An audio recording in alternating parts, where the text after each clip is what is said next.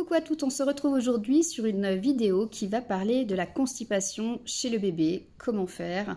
Voilà, dans ces cas-là, c'est vrai que ça fait beaucoup souffrir les bébés et nous, ça nous donne beaucoup de soucis. Donc on parle de constipation en fait quand il y a moins de 2 selles par semaine. Ça paraît impressionnant, mais c'est ça. Ou aussi quand vous remarquez que votre bébé est inconfortable, qu'il se tortille, qu'il a beaucoup de gaz, qu'il a des douleurs lorsqu'il fait un petit peu caca, lorsqu'il pleure.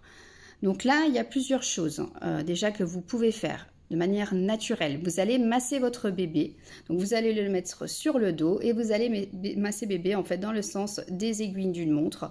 Il faut le faire à peu près entre 5 et 10 fois. Vous prenez une petite huile et vous le massez. Vous appuyez pas trop fort et vous le faites voilà 5 à 10 fois.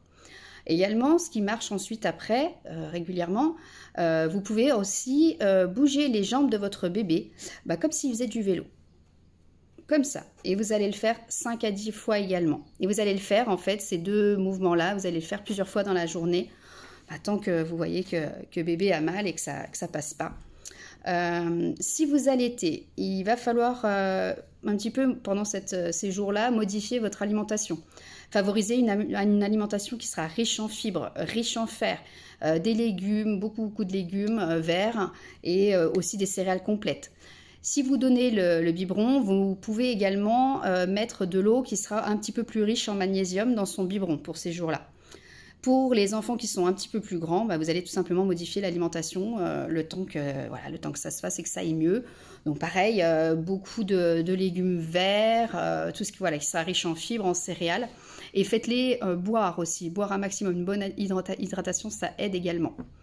Et si vous voyez que voilà, c'est récurrent, au bout de vraiment quelques jours, il se tortille toujours, il a mal. Enfin, moi, personnellement, j'attendais pas une semaine.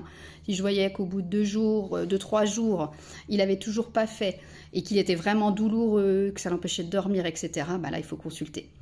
Je peux vous donner aussi quelques petites astuces qui peuvent aider. Alors, pareil, c'est à faire vraiment, on va dire, avec parcimonie, vraiment de temps en temps pour aider un petit peu vos bébés. Voilà, mais surtout ne pas en abuser, c'est les suppos. Les suppos à la glycérine. Ça marche bien. Et c'est 1 suppôt par jour. Donc là, c'était pour nourrissons, mais vous en trouvez après, voilà, pour les différents âges en pharmacie et sans ordonnance. Ils vendent énormément de suppos, énormément de sirop à prendre. J'ai essayé beaucoup de choses, même des fois des suppos au miel, etc. Franchement, ça n'a pas marché et puis il était toujours autant douloureux. Les suppos à la glycérine, généralement, quand même, ça fonctionne assez bien. Voilà. Après, ne pas en abuser. Allez voir votre pédiatre si ça continue. Quelque chose qui est sympa aussi, qui va aider votre bébé, c'est le BioGaia. Je ne sais pas si vous connaissez, c'est top en fait pour construire le microbiote intestinal d'un enfant. Le BioGaia, généralement, le donne pareil 1 fois par jour avec les vitamines. Quand vous voyez, voilà, surtout au tout début, entre 1 et 6 mois, maintenant j'en donne plus, mais je donnais à mon bébé voilà, la vitamine et puis surtout le BioGaia entre 1 et 6 mois, à peu près. J'avais acheté ça aussi qui est pas mal. C'est ProbioRegule Kids. C'est à base de 4 souches microbiotes et 1 milliard de ferments. Donc en fait, vous donnez à peu près 5 gouttes, je crois, par jour. Ouais, enfant de moins de 4 ans, 5 gouttes par jour en une seule prise. Donc voilà, ça c'est bien aussi. C'est pour protéger et alimenter sa flore intestinale. Voilà, c'est les petites astuces également.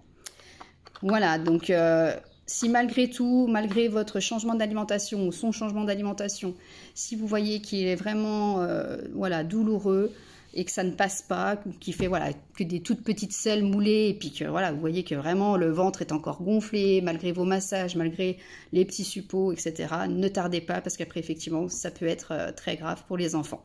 Donc tout de suite après, on prend un rendez-vous chez le pédiatre. Voilà pour les conseils du jour, je vous souhaite une bonne journée, au revoir.